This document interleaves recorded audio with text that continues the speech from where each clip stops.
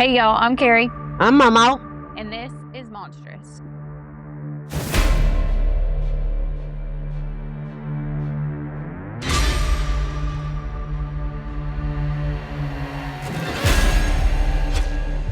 This episode contains topics and language that may not be suitable for all listeners, and topics that may be triggering to some. Listener discretion is advised.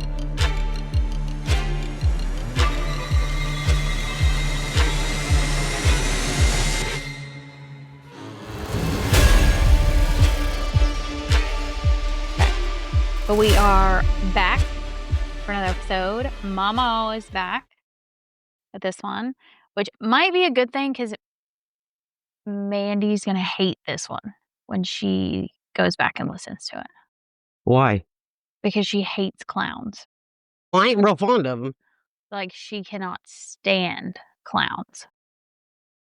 Yeah, so she's not going to like this one. So I have a lineup of episodes for this time of year, like I said in the last episode, but this one is an exception. We are going to head way back to the 40s into the summertime, which is really nice right now because it's 30 degrees. Spitting snow. Yep. So I will take, 9th day of November. right, I will take some summertime.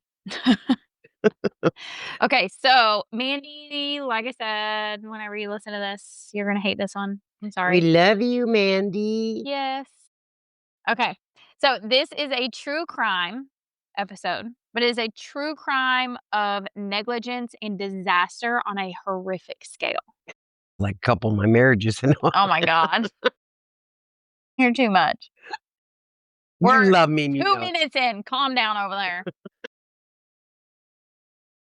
See what happens when you take me out of the house. So today we are covering the Hartford Circus Fire of 1944. So we are going to bridge the gap between the List family murders and next week's episode with a tragedy that terrorized the community and permanently changed fire safety laws across the entire country.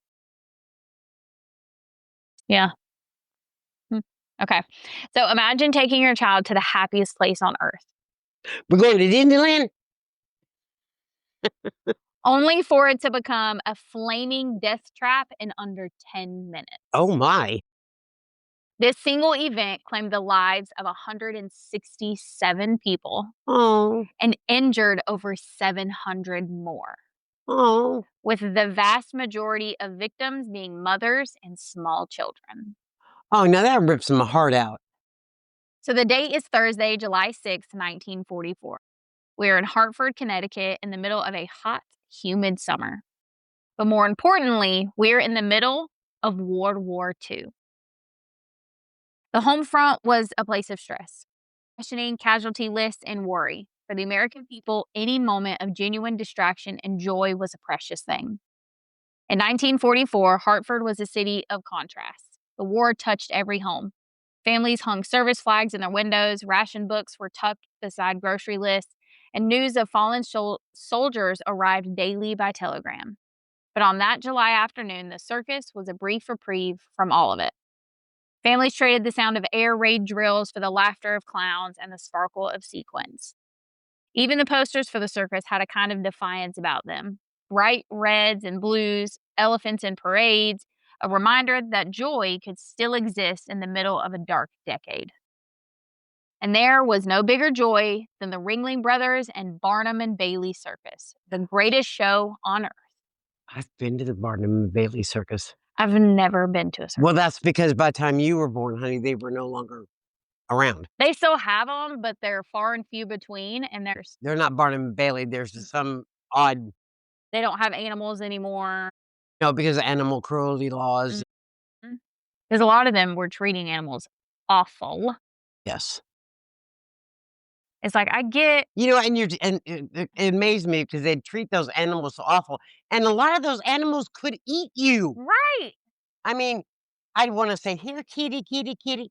Like, the elephants could just step on you. Or smack you with their trunk. You know what I mean? But the sad thing is that a lot of them were gotten as, like, babies, like cubs. Yeah. And so they had never known anything different.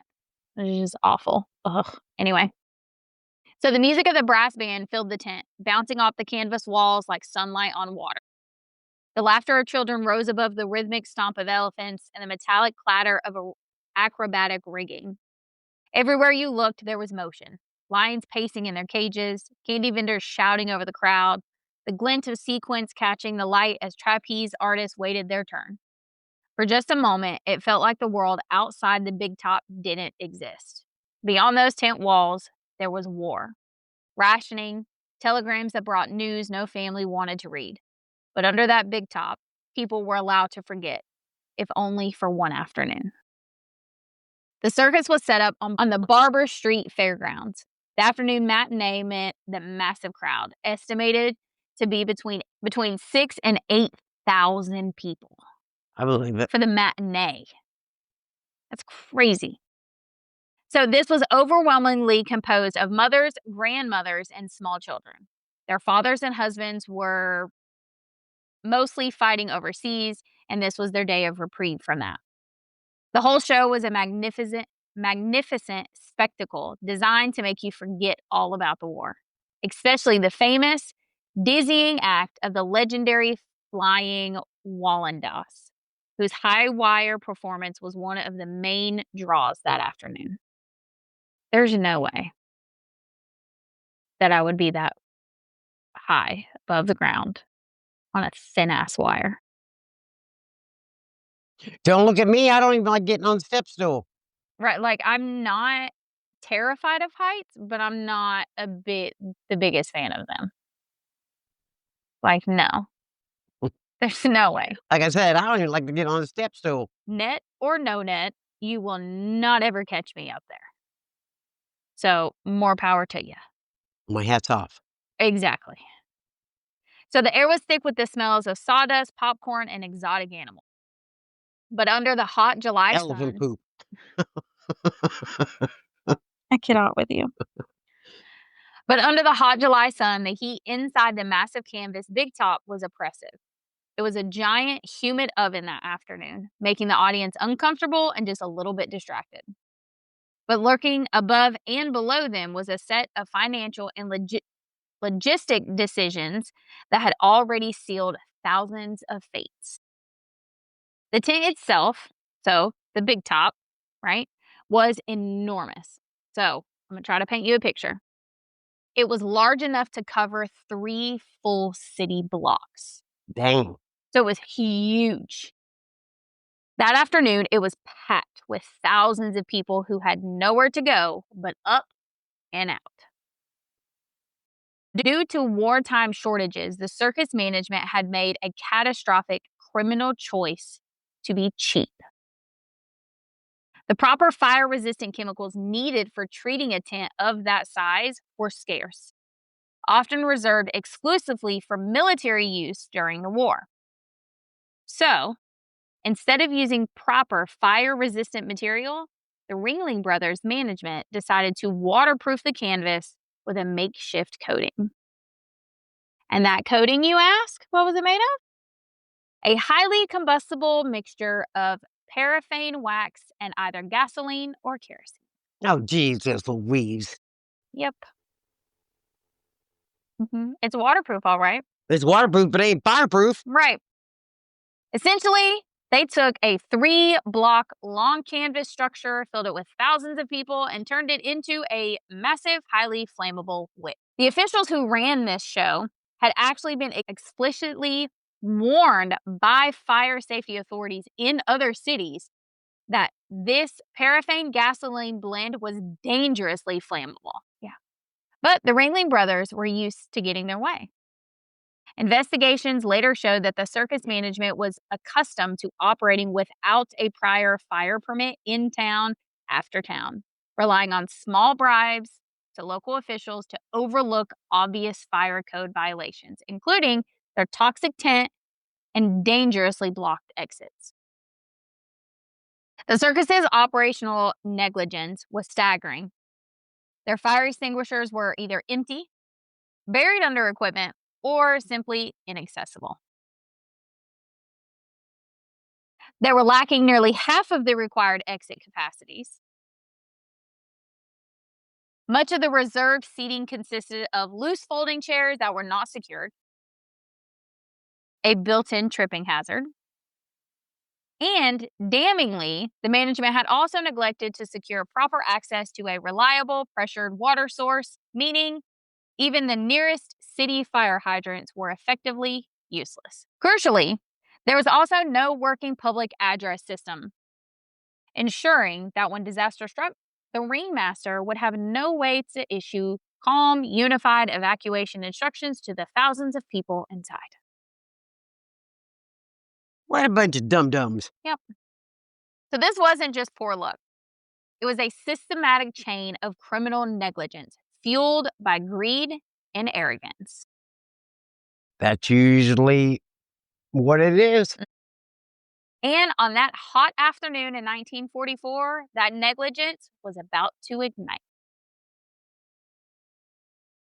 So the date is July 6, 1944, approximately 2:40 p.m. Inside the Big Top, the matinee performance is in full swing. The eyes of the crowd, those thousands of mothers, grandmothers, and children, are fixed high above them, mesmerized by the dizzying spectacle of the flying Walendas, I think that's how you say that, sailing through the air without a net.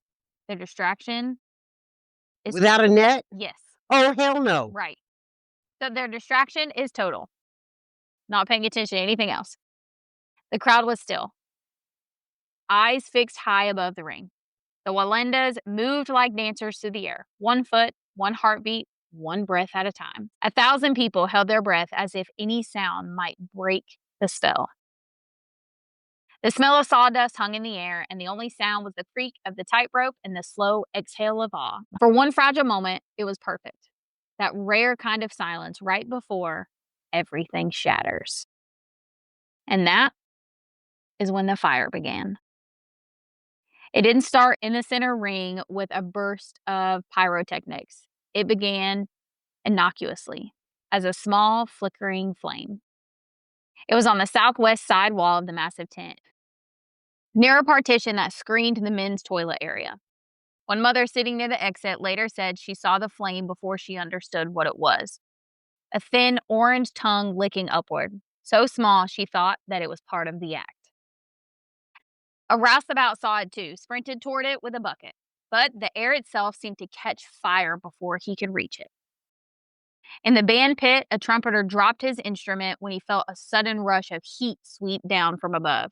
Not warmth, but a blast that felt alive, like the breath of something monstrous. Initially, it was small enough that a worker might have been able to stamp it out. Several roustabouts, the circus staff responsible for setup, saw the flame. But rather than immediately hitting the emergency call box or shouting a general warning, there was a fatal delay. The circus culture prized quiet efficiency, and these workers believed they could handle the problem themselves. They ran for the empty or buried fire extinguishers. This momentary delay, this hesitation to alert the thousands of people above them, would be the most consequential 2 minutes of the entire day. The flame wasn't stopped. It quickly grabbed hold of the supporting rope that ran straight up toward the roof. Once it reached the top, the fate of the thousands below it was sealed.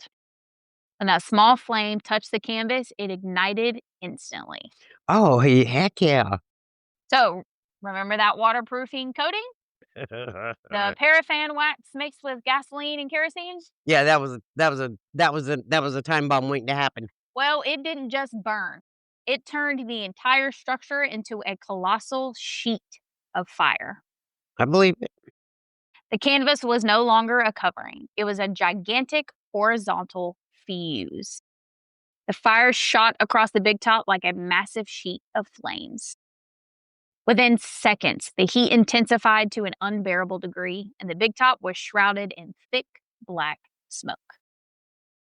At first, no one screamed. Some people even clapped. They thought the orange flicker was part of the act. A few seconds later, though, the applause faltered. Someone shouted, "Fire," but it was swallowed by the brass band. A man stood up to look, blocking the view of the row behind him.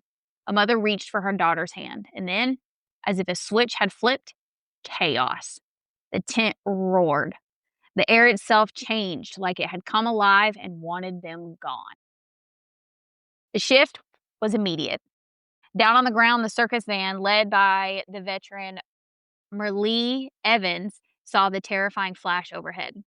Evans didn't need a formal announcement. He knew the big top was gone. Instantly, he signaled the band to drop whatever patriotic piece that they were playing and switch to the Stars and Stripes Forever Disaster March. This was the chilling, prearranged code among circus personnel, a shift in tempo that meant absolute emergency. Begin evacuation procedures now. The brass band's music suddenly became a desperate, urgent soundtrack to the panic. However, only the seasoned circus hands understood that signal.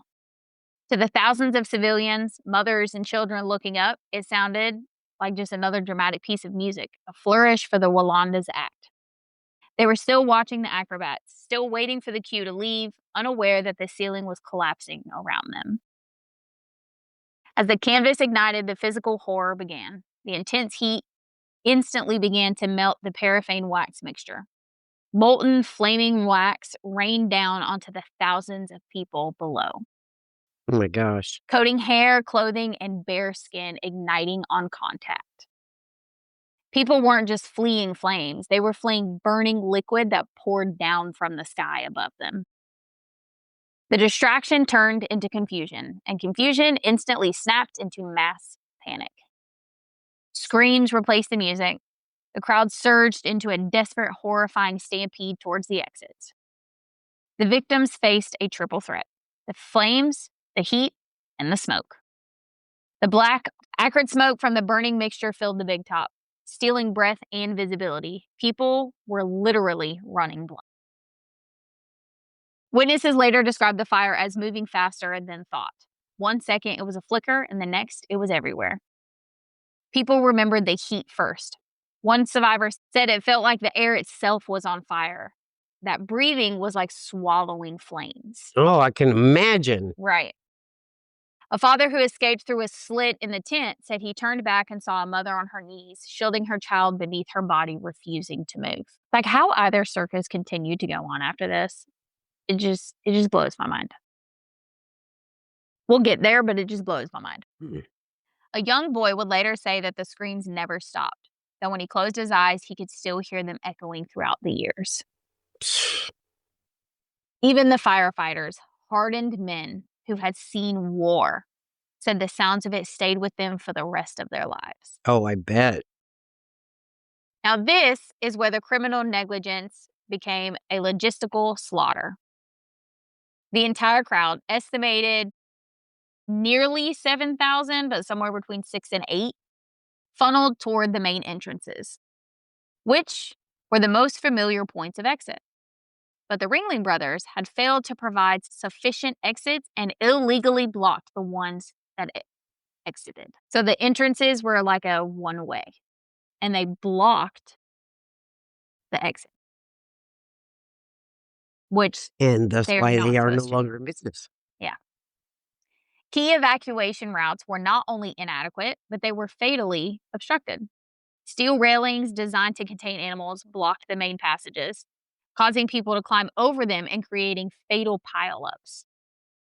Furthermore, other exits were blocked by massive animal cages and chutes that had been positioned for the next act. These steel barriers transformed potential exit routes to lethal dead ends. The unsecured seating, so those loose folding chairs, became another obstacle. Thousands of chairs were overturned in the stampede, creating a literal carpet of tripping hazards that people stumbled over because it's pitch black. They can't see. Many victims were crushed, not by the fire, but by the relentless, desperate crowd behind. A significant number of the dead were children, killed by trampling in the stampede as their mothers desperately tried to pull them through the crush. Yet, amidst the terror, there were heroes. In several places, quick-thinking fathers and military men used knives, their belts, or whatever they could find to slash the side of the walls of the heavy canvas. They tore huge gashes into the sides of the big top, creating instant, unplanned escape routes that allowed hundreds of people to pour out onto the fairgrounds. The field outside the tent was a storm of motion. Firemen carried limp children out through holes in the canvas. Soldiers ripped up shirts to use as bandages. A teenage boy ran back into the smoke 3 times before someone stopped him. Everyone there would tell their story differently later on, but they all said the same thing. It happened too fast. The speed was unbelievable. In under 10 minutes, the entire Big Top, a structure that covered 3 city blocks, was completely consumed. The support ropes, poles, and guy wires that held up the 19-ton structure were no match for the heat. The intensity of the flames, fueled by the paraffin and gasoline, was so extreme that even the heavy central steel support poles were bent and twisted into grotesque shapes. They didn't just fall, they melted and crumbled. Mm. The terrifying final event, the entire structure began to collapse. The Big Top, still burning fiercely, came crashing down. Hundreds were burned beneath the flaming, heavy wreckage of the canvas poles and bleachers. Inside that massive searing mound, all life was extinguished. So anyone still left inside was gone once the Big Top came down. Local Hartford fire and police rushed to the scene, but nothing could have prepared them for the scale of the devastation. They arrived to find not a building on fire, but an incinerated field covered in screaming injured people and a smoldering, unrecognizable ruin. Which I have pictures, and I'll show you. Well, I don't need pictures. My mind's doing it for me. It's so much worse than what you could imagine. It's awful. Which those will be on Facebook for everyone listening. What remained was a field of smoldering ash, the scent of burned canvas and popcorn, and a desperate rising silence. This was the deadliest disaster in Connecticut history, and it was finally over. So sometimes it's the silence afterward that haunts you the most. The moment the crowd's noises fade, and all that's left is the echo. The sound of what should have been laughter was silence. The fire burned out in 10 minutes, but for Hartford, time stopped there. And for every parent, every survivor, every rescuer who stood in that field, those moments have lasted a lifetime. And when the last of the flames were out, Hartford was silent. Smoke drifted above the fairgrounds like a ghost that refused to leave. What remained was a flat, wet, smoky field of debris. The inferno was over in under 10 minutes. The heat was so intense it had sterilized the ground where the tent had collapsed. What remained was a scene of unbelievable carnage: twisted metal, charred wood, and the scattered, grotesque shapes beneath the smoldering canvas. In the immediate aftermath, there was no order, only desperation. Survivors wandered the field, dazed, burned, and calling out names. Fathers, alerted by radio reports, sped back from factories and jobs, tearing through police lines, clawing at the wreckage, frantically searching for their families. The emotional core of the scene quickly became symbolized by one devastating photograph. This iconic image showed Emmett Kelly, the famous clown known for his sad sack persona, surveying the wreckage. His painted frown, usually a source of comedy, was now a an expression of profound, genuine grief. A picture later referenced as the day the clowns cried. Hospitals across Hartford were instantly overwhelmed. Nurses worked barefoot on soaked floors because melted wax clung to their shoes. The city's morgue ran out of space within hours. The scale of the disaster quickly forced officials to implement a macabre process. With so many casualties and so many of them burned beyond recognition, the city's resources were instantly overwhelmed. The Hartford Armory, a massive drill hall-style building, was quickly converted into a temporary morgue.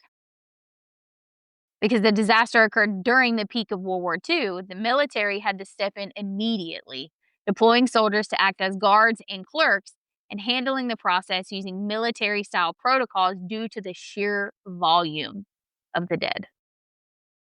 This was so overwhelming that on July 7th, 1944, Connecticut Governor Raymond E. Baldwin had to issue a special executive proclamation declaring the dead to be victims of a war-related catastrophe, allowing state emergency powers to be mobilized for recovery and identification.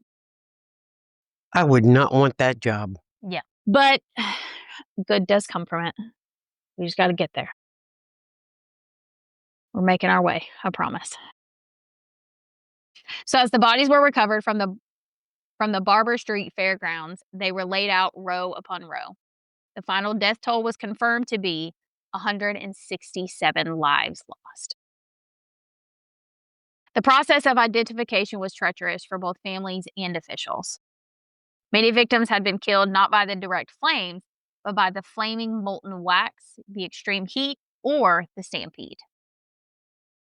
It is estimated that nearly 2/3 of the victims, while severely burned, had actually died from asphyxiation or traumatic compression. So they were crushed and suffocated in the bottlenecked rush toward the blocked exits, a direct result of the lack of safety preparation. Fucking stupidity. To put it simply, the fire left bodies unrecognizable.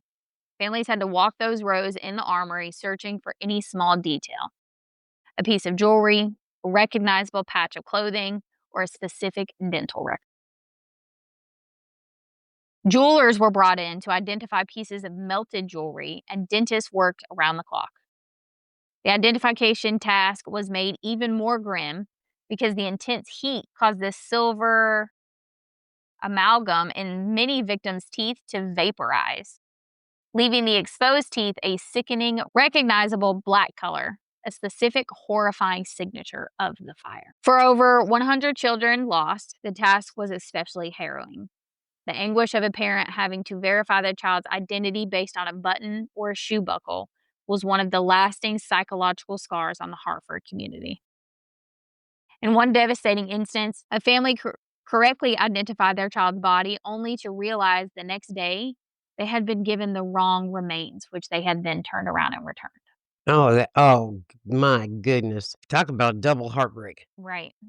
But you can kind of get how that could happen. Oh, yeah. I mean, I understand it, but does it mean it would? Well, no, of course not. It doesn't change, what that does and Uh-uh. how that makes you feel. But with just the chaos and just how many people had died, you could get how that could happen because it's hard to tell who's who.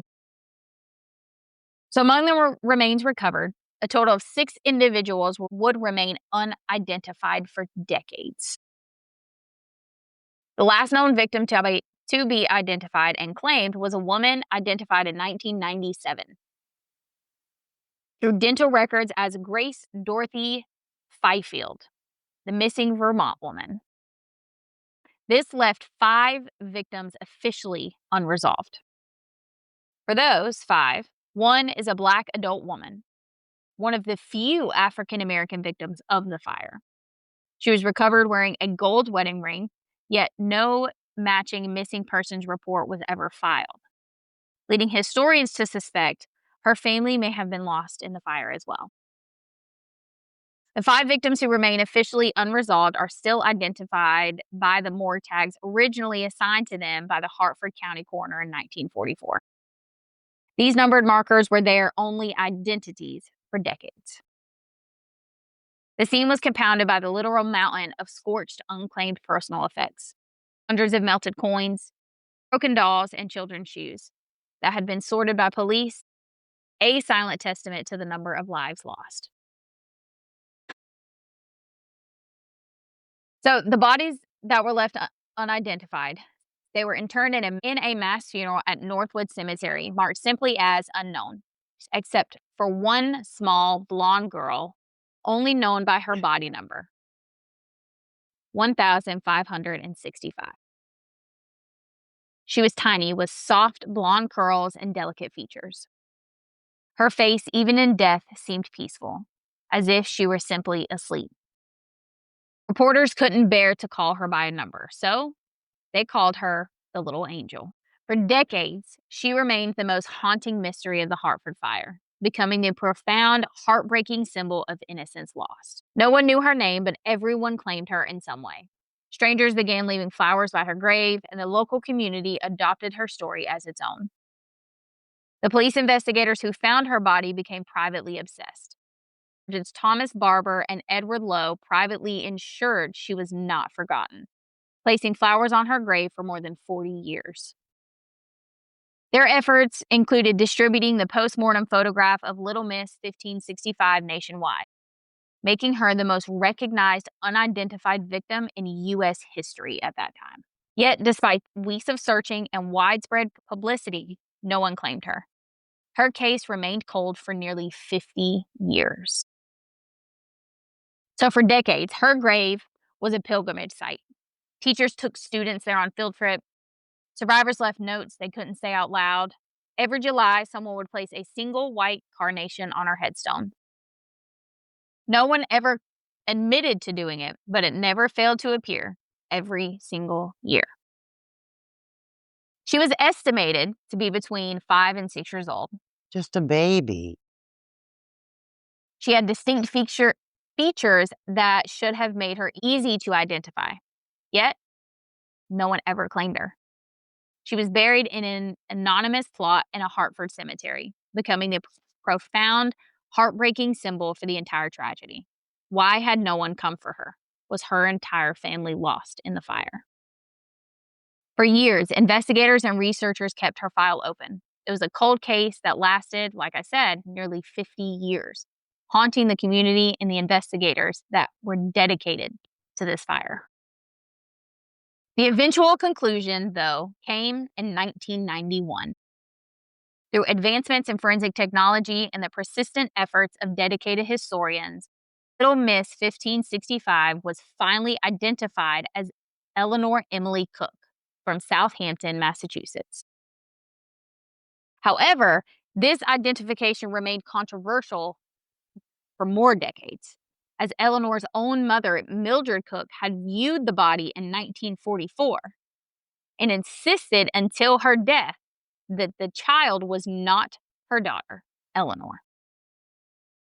The controversy still persists today because Eleanor Cook, who was 8, was described as having 8 permanent teeth and was wearing a plaid play suit.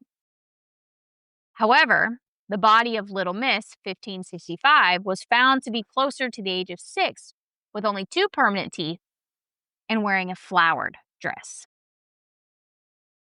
So for decades, another theory had also persisted, that the girl was actually 4-year-old Sarah Graham, who also vanished that day. Even recent efforts in the 21st century, including exhumation of some of the identified bodies for mitochondrial DNA analysis. But these have yielded inconclusive results thus far. Forensic scientists discovered that the high bacterial content of the soil where they were buried and the extreme heat damage rendered the samples too degraded for definitive genetic comparison, leaving the original case files as the primary yet imperfect source of truth. On July 10, 1944, the still unidentified victims were buried in a mass funeral at Northwood Cemetery, paid for by the state. While Little Miss 1565 received a distinctive small headstone bearing only her tag number, the others were interred in graves marked simply as unknown. The case was pursued relentlessly for decades by police investigators. Sergeant Thomas Barber, who found the child's body, and his partner, Sergeant Edward Lowe, became so obsessed with the little angel that they privately ensured she was not forgotten, placing flowers on her grave every July 6th, Christmas, and Memorial Day for more than 40 years, a tradition that local groups continue to this very day. Now, the fire itself had been spotted around 2:40 p.m. on the canvas near the main entrance, which was the south end of the Big Top, specifically near the entryway to the wild animal chute. This location immediately implicated circus staff negligence. The horror of the fire was so complete that it even scared the circus performers themselves. So Emmett Kelly, who I mentioned earlier, the famous Wary Willie clown, used a bucket of water to try to extinguish the flames. But he later admitted the images of burning people and the cries of the children had haunted him. Well, I bet it did. Mhm. So obviously there was a huge investigation, Oh, right? yeah. Trying to identify those that had been injured, those that had been killed. So that was the main focus. But the investigation quickly turned to accountability. The physical evidence, so the dangerously flammable canvas, the blocked exits, the lack of equipment, was impossible to ignore. Ringling Brothers executives were swiftly charged with negligence and involuntary manslaughter for knowingly cutting costs by using the lethal flammable mixture and by prioritizing profits over public safety by blocking those exits. As we can all imagine, the anger in Hartford was unlike anything the country had ever seen. Families didn't just mourn, they demanded justice. And I don't blame them. Right.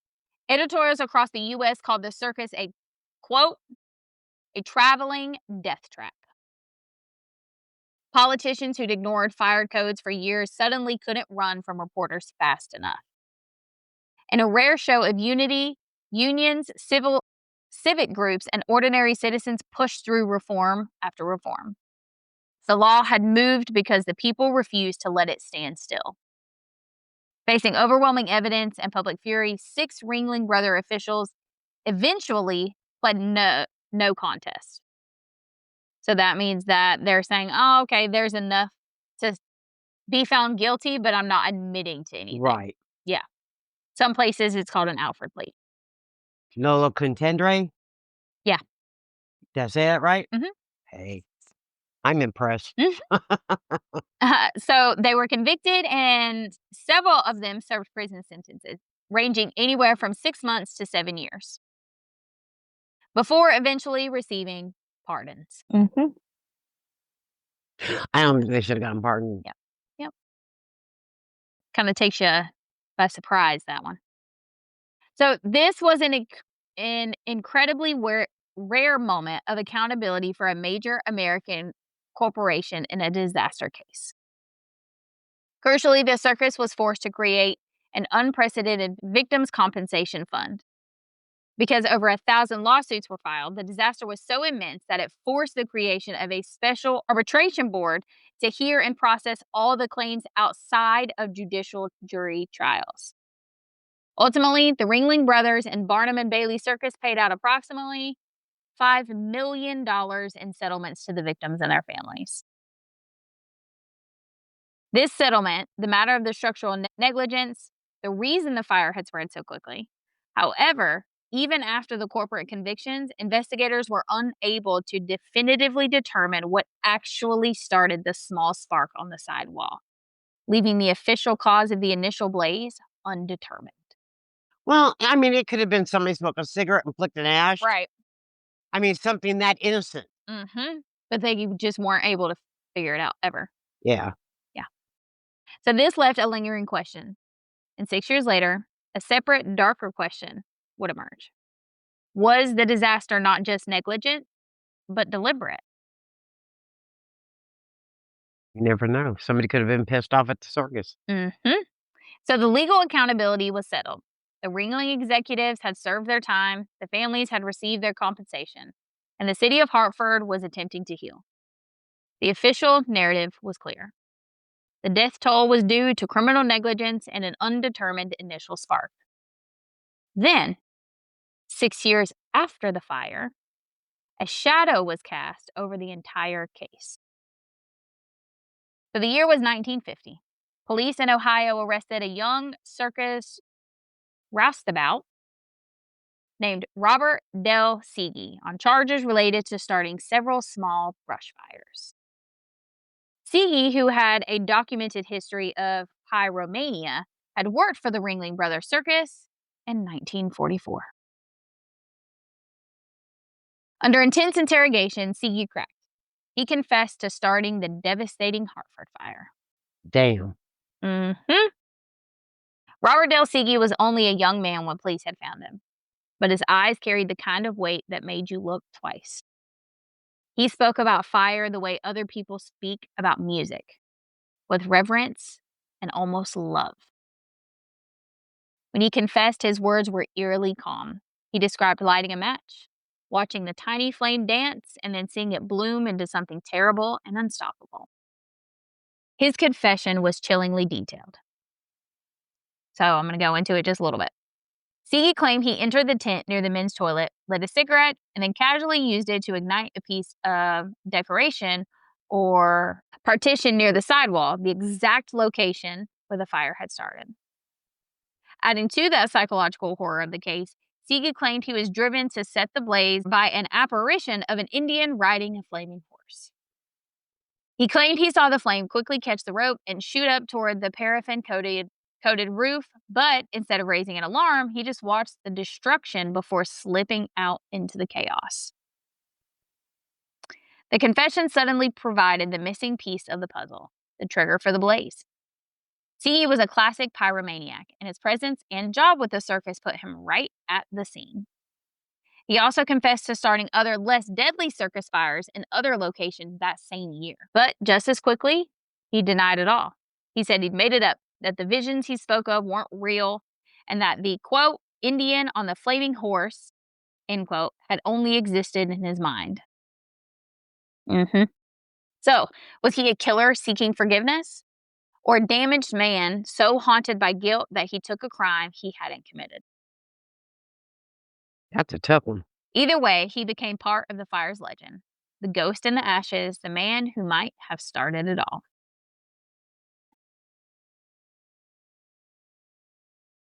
The police and prosecutors were facing a dilemma. They already had convictions against the corporate management for the fire's spread and the resulting deaths. Seegey's confession, while detailed, was entirely reliant on his own words. They lacked any crucial physical evidence to definitively prove that he lit that match 6 years before. Furthermore, his documented psychological issues. Ultimately, Robert Seegey was tried and convicted for the unrelated fires that he set in Ohio, but he was never formally charged with the Hartford Circus Fire. He spent time in a psychiatric institution and then later in prison, dying decades later without ever facing trial for the deadliest act he claimed to have ever committed. He may have started, but they were still negligent. Right. So they got what they deserved. Yep. There was a hand by both. Yes. So where does that leave the question of the cause? The answer remains frustratingly unresolved. Well, yeah, because there's no way to prove either or. Right. Was it simply a carelessly tossed cigarette from a spectator or a worker? This was the most common theory immediately after the event. Given the extreme fire hazard posed by the tent, it would have only taken the slightest spark to ignite the tragedy. Right. Or was it Robert Dale Seegey, the young, disturbed roustabout who confessed and recanted, but knew details that only the fire starter would know? Many private investigators and families believe that Seegey was indeed the perpetrator. Now, because the state of Connecticut never brought charges against him, and due to the lack of forensic evidence to verify his confession, the official cause of the fire remains undetermined today. The state jailed the people responsible for the negligence that killed the victims, but the person responsible for starting the entire thing was never punished. Well, technically he was, but not for that. Right. So, despite the ambiguity surrounding the initial cause, the horrifying speed, and the immense loss of life on July 6, 1944, forced profound nationwide change. This is the single most important and positive legacy of the Hartford disaster. The circus fire served as a devastating wake-up call to legislators all across the United States. Almost immediately, states and municipalities adopted new rigorous safety standards for public gatherings. The key changes included drastic, permanent changes to national fire safety codes for all public tents and temporary structures. It became legally mandated that all canvas and decorative materials used in public assembly must be thoroughly treated with fire retardant chemicals. The era of the paraffin and gasoline tent was officially over.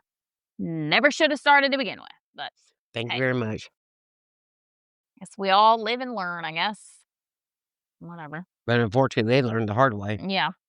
Furthermore, laws were rewritten to require a specific ratio of exit capacity to the maximum crowd size, ensuring exits were clearly marked, completely unobstructed, and sufficient for rapid evacuation. The kind of lethal bottlenecks seen in Hartford became illegal everywhere.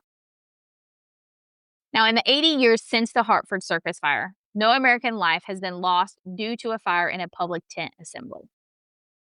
This disaster, purchased at the cost of 167 lives, permanently raised the floor of public safety across the entire country. The Ringling Brothers' name, once synonymous with wonder, became a byword for negligence. Attendance dropped sharply. It took nearly a decade for the circus to recover its reputation, and even then, the shadow of Hartford never left. Every tent that went up afterward carried a silent promise written in its fabric. This will never happen again. Now, it's worth noting that the final act of the Ringling Brothers organization itself.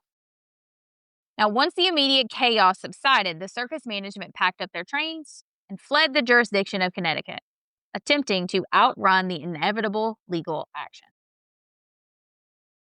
It took court orders and warrants to force them back to face the charges of involuntary manslaughter. But they didn't, come up and are bad.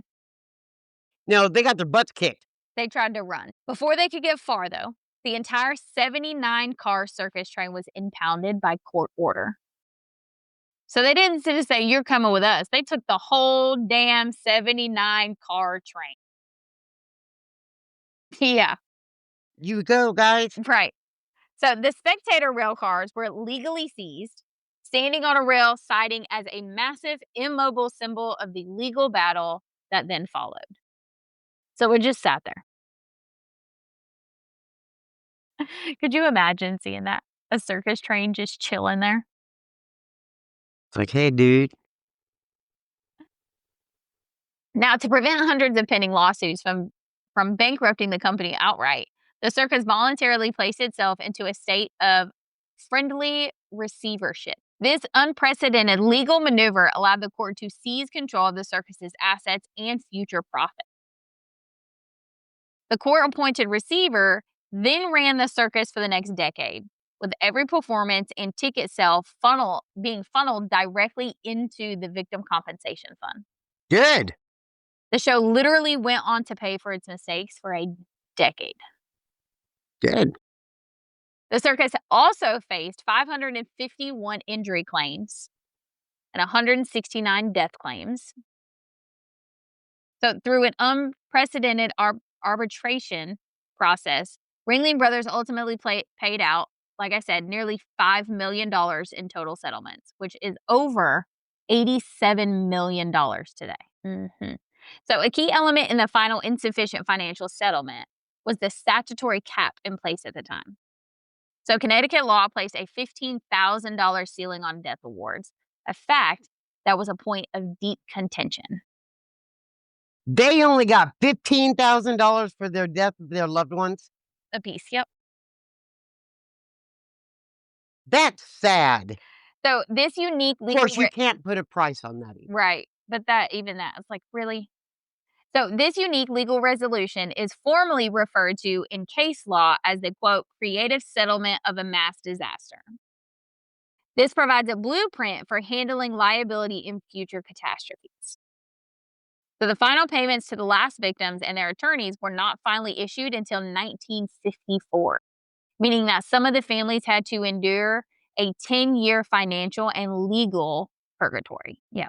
So, like I said, all 6 of the Ringling Brothers officials were eventually granted pardons after serving less than 2 years in prison. Yeah. So they were given sentences anywhere from 6 to 7 years, but served less than 2 of those. Mm-hmm. So the official reason given for their pardons was, quote, the essential contribution of the circus to the morale of the nation in the time of war. So the message was clear. The public entertainment of the traveling show was deemed more valuable to the country than the final justice owed to the victims of its own criminal negligence. Let that sink in. But I can understand it because really, what good does it do to put them in prison? Yeah, but there's not other circuses. At the time, no, honey. And the circus can still go on. But but you understand what I'm saying? I'm trying to look at this logically, Well, which is no, I something I get what don't do very often. right, I get what you're saying, but it's like, why couldn't the circus still go on? These are circus officials. They're not the performer. Hey, whatever happened to the flying Walingas or 'cause they were up in the air when all this started. They probably died too. But you know what I mean? They weren't performers. The circus still coulda went on. Why pardon them? Just let them out. Why pardon them? Pardon them is saying, "Oh, it's fine. You didn't do nothing wrong." So, in a final twist of irony, Haley, one of the officials, served only 8 months before being pardoned and would go on to be elected as U.S. Congressman for Florida, where a major public institution, the James A. Haley Veterans Hospital, is now named in his honor. You've got to fucking be kidding me. Nope. Now that I don't agree with.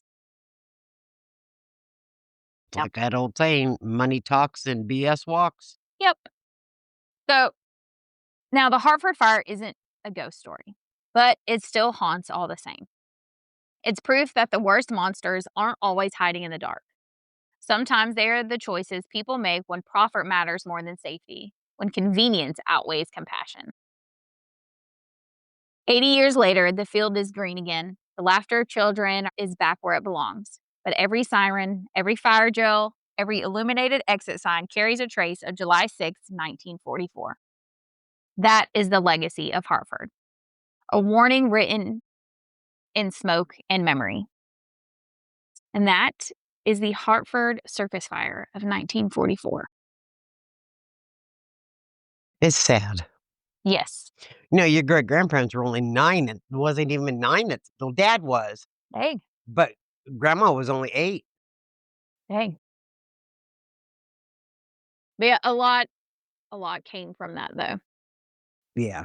A lot A of lot of changes a lot of the safety regulations we have today, and they're all things like and that. they're always changing and upgrading those regulations. Mhm. And that's the nice part about it. Yep. And the Hartford Circus Fire is the entire reason why. So, although there were so many lives lost, mostly children, good did come from it in a way. Yeah. There were regulations I and wish they things still that could have figured out who that baby was. needed that should have been put in place to begin with. You know that Maybe someday they will. yeah, with the technology with DNA nowadays. I mean, they're retesting evidence from John Benet Ramsey case, so maybe someday technology will be good enough, and they'll be able to figure out who she was. I don't know if that'll be in your lifetime, but who knows? Hey, I'm not that old. I'm only 65. Come on, I got at least another good 20 years. Okay. That's all we got for this one, but make sure you come back next week because the search for answers never stops. Next week, we are going to dive into a case that has mystified investigators for nearly 50 years. A vanishing act involving 5 people, a deserted car, and a discovery in the eerie silence of the California wilderness that makes absolutely no sense. That's a good one. I wonder if you were in California at the time.